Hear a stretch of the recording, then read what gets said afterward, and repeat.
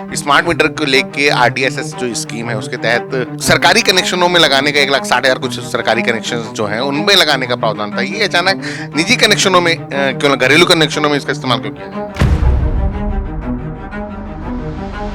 अगर सरकार डिफाल्टर है बीपीएल कंज्यूमर के पेमेंट में, तो फिर दुनिया में क्या हो सकता है?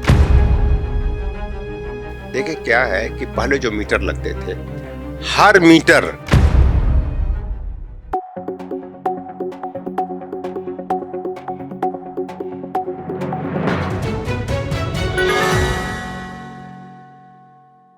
स्मार्ट मीटर को लेकर जो छत्तीसगढ़ में बहुत हल्ला हो रहा है कि बहुत विरोध हो रहा है, बिल बहुत ज़्यादा आ रहा है, तो इसको लेकर हम हमारे साथ पीएन सिंह जी हैं, Chhattisgarh retired engineer officer association के अध्यक्ष हैं। हम उनसे जानने की कोशिश करते हैं कि जो स्मार्ट मीटर को लेकर जो सेंट्रल गवर्नमेंट की स्कीम है उसको फॉलो करने का काम स्टेट गवर्नमेंट का है, तो वह किस आधार पर हो रहा है? सर, जो स्मार्ट मीटर को लेके आरडीएसएस जो स्कीम है उसके तहत सरकारी कनेक्शनों में लगाने का 1,60,000 कुछ सरकारी कनेक्शन जो हैं उनमें लगाने का प्रावधान था। ये अचानक निजी कनेक्शनों में क्यों ना, घरेलू कनेक्शनों में इसका इस्तेमाल क्यों किया जाएगा?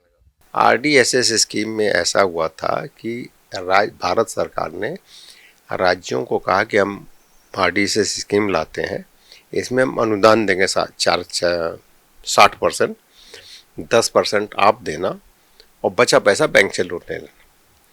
लेकिन हम अनुदान उन्हीं को देंगे जो कि सरकारी पैसों का जो बिजली का बिल है वो क्लियर कर देगी, जो सरकारी विभागों में। तो वो क्या है कि हमारे यहाँ तो उतनी समस्या नहीं है। उत्तर प्रदेश में 1,00,000 करोड़ रुपया है बकाया। 1,00,000 करोड़? हाँ, और अपने यहाँ कितने? 3,000 करोड़ रुपए के आसपास घूमता रहता है।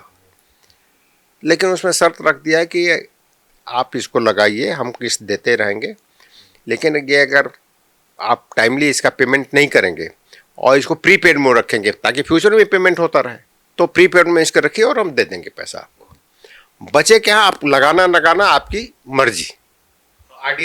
आरडीएसएस में बाकी जगह लगाना। शासकीय में कि नहीं, शासकीय में तो कंपलसरी था, घरेलू में आपको जैसा लगे वैसा कर लीजिए। अगर उसके लिए पैसा मांगे तो हम दे देंगे। तो अब मीटर लगेंगे कैसे? आप मीटर खरीदोगे, टेस्ट करोगे, लगाओगे, तो बोले नहीं, ये बहुत सारी कंपनियां हैं और ये मीटर खरीद के लगा देंगी, आप इनको मंथली पेमेंट करते रहना। तो उससे तो एक्चुअली स्कीम बनी थी केवल सरकारी कनेक्शन के।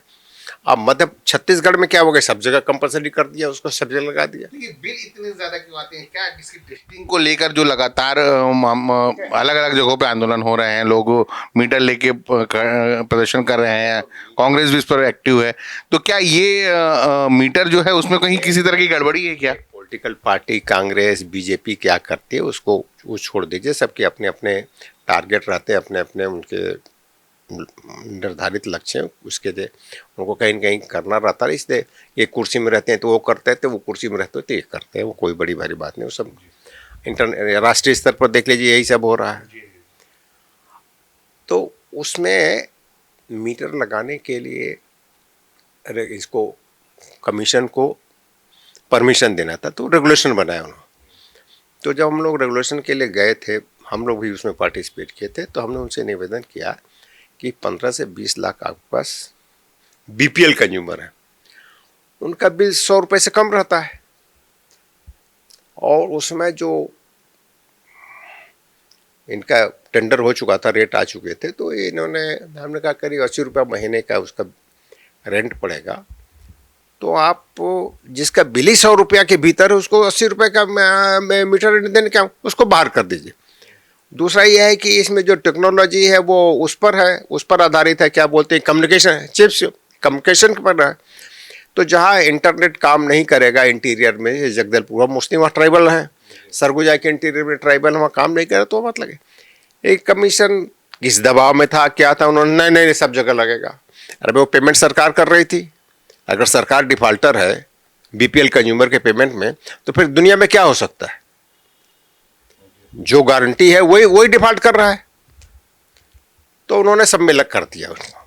अब किसका दबाव था, क्यों था? इन्होंने स्कीम बना के रखी थी, तो उन्होंने उसका अनुमोदन कर दिया। इतने ज्यादा क्यों आ रहे हैं? मैं 180 होना समझ में नहीं, मैं आपको इतने ज्यादा क्यों आ रहे हैं? देखिए क्या है कि पहले जो मीटर लगते थे, हर मीटर बिजली बोर्ड के बिजली कंपनी के लैब में टेस्ट होता था और टेस्ट करने के बाद सील होता था और जब मीटर ओके हो जाता था तब फील्ड में लगने जाता था और सब जगह उसके मीटर की लैब बनी हुई थी और तीनों शिफ्ट में मीटर टेस्ट होते थे, बेंच बनी हुई थी और स्टैंडर्ड मीटर से हर साल वो बेंच टेस्ट कराई जाती थी। वही मीटर टेस्ट होने के बाद लगते थे घरों में या कहीं भी। अब इस मीटर में क्या हुआ है, हमारी लैब में टेस्ट नहीं होता, वो कंपनी से बन के आता है, कंपनी ने जो सर्टिफिकेट दे दिया उसी आधार पर लग रहा है। तो हम जो मीटर जिस तरह का चाहते हैं तो वही मीटर आया कि नहीं हमको क्या मालूम, जिसको हमने ठेका दिया जो हमारा ठेकेदार है, ABCD कोई भी हो सकता है, वो जाने। मतलब ये जो मीटर्स हैं ये लैब में टेस्टेड नहीं है जैसे पहले हमारी मीटर लैब में टेस्ट नहीं हुए, CSEB के लैब में टेस्ट नहीं हुए, कंपनी के पावर कंपनी नहीं। तो यही वजह हो सकती है कि जो bill it may be one of the reason, it may be one of the reason, बहुत सारे रीजन्स होते हैं इसके, वो एक रीजन वो भी हो सकता है। देखिए सब शिकायत नहीं करते कि मेरा ज़्यादा आ रहा है, हाँ लेकिन शिकायत कर तो लोग शिकायत करो तो उसका निराकरण करो। निराकरण कैसे होगा, उसका निराकरण की बात पैरेलल मीटर लगा दीजिए और करा दीजिए और जिसका मीटर है उसको बोलिए कि भाई ये क्या शिकायत हो रही है। देखिए लैब में जब मीटर आप निकाल के टेस्ट करने जाते हो, आप जब वहाँ टेस्ट करते हो तो स्टैंडर्ड वोल्टेज रहता है, स्टैंडर्ड करंट रहती है, स्टैंडर्ड लोड रहता है। उसके घर में जब मीटर लगाए तो वोल्टेज करंट ये सब वेरी होते रहते हैं, ट्रांसफार्मर अनबैलेंस लोड है तो वहाँ रिजल्ट वो वाला थोड़ी मिलेगा। तो अगर टेस्ट ही करना है तो आप मोबाइल लैब रखो ना, जाके उसके घर में टेस्ट कर दो। आपका मोबाइल लैब का सरकार ने पैसा दिया था, आपने लगाया नहीं लगाया आप जानो, लेकिन उसे गाड़ी का पैसा दिया था। रमन सिंह सरकार ने मोबाइल में टेस्टिंग लैब का पैसा दिया था, अब इन्होंने लगाया कि नहीं लगाया, मैं I have no idea about it, मेरे को नहीं मालूम कि इन्होंने किया कि नहीं किया, लेकिन मोबाइल लैब का पैसा दिया था इनको। तो ये जो आप जो 3-4 कारण बता रहे हैं कि एक कि RDSS स्कीम के तहत सरकारी जो कनेक्शंस हैं जो 1,60,000 जिनके बिल नहीं आते, करीब 3,000 करोड़ का बिल जो बकाया है, पहले 2,500 करोड़ था वो 3,000 के समथिंग पहुंच गया है। तो ये एक जो कनेक्शन जो मीटर सरकारी कनेक्शंस में लगने थे 3,000 करोड़ आज भी बकाया है और जो कनेक्शंस सरकारी उसमें लगने सरकारी कनेक्शंस में जो मीटर लगने थे वो उस प्रोजेक्ट को अचानक निजी घरेलू सब जगह कर दो, स्कीम ही बना ली ना उसके तहत। मतलब ये योजना किसने बनाई, ये स्कीम किसने बनाई? ये CSEB ने बनाई, कंपनी ने बनाई कि हम पूरे सारे कनेक्शन सब में लगाएंगे, सब कनेक्शन सब जगह लगाएंगे। देखिए मीटर के खेल में पिछले 25-30 सालों से बहुत खेल हो रहा है। पहले वो इलेक्ट्रोमैग्नेटिक मीटर थे, करंट वोल्टेज मैग्नेट लगा रहता था, उससे चलते रहते थे। साहब इलेक्ट्रॉनिक मीटर लगाते हो तो क्रांति आ जाएगी, एकदम रिवोल्यूशन आ जाएगा। वो 100-150 रुपये का मीटर मिलता था काला वाला, वो मीटर जो इलेक्ट्रॉनिक मीटर था 800-900 रुपये का मिलता था, 1,000 रुपये का मिलता था शुरू में। तो 100 रुपये की जगह 1,000 रुपये का मीटर लगाया कि क्रांति आ जाएगी, क्रांति तो नहीं आई। अब 20 साल बाद क्या हुआ कि साहब सब प्रीपेड मीटर स्मार्ट मीटर लगा दो क्रांति आ जाएगी। तो क्रांति वांति कुछ आने वाली, सब ये जितने मीटर मैन्युफैक्चरर हैं ये सब जवाब जी खाते हैं जाके मिनिस्ट्री ऑफ पावर में, गवर्नमेंट ऑफ इंडिया के यहाँ। आज सब ऐसा हो जाएगा, ये हो जाएगा, ये हो जाएगा, कुछ होना जाना नहीं है।